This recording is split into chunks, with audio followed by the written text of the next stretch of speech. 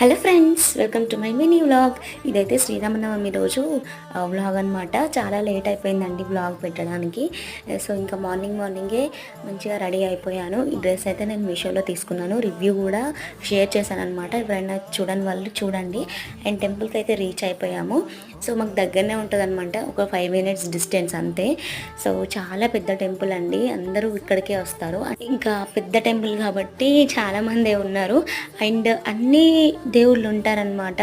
ఒక శ్రీరాముడే కాకుండా అయ్యప్ప స్వామి, ఆంజనేయ స్వామి, శివయ్య స్వామి అందరూ ఉంటారు. అందుకనేసి చాలామంది ఇక్కడికి వస్తుంటారనమాట. సో చూస్తున్నారా, జనాలు అస్సలు తట్టుకోలేకుండా ఉన్నారు జనాలు.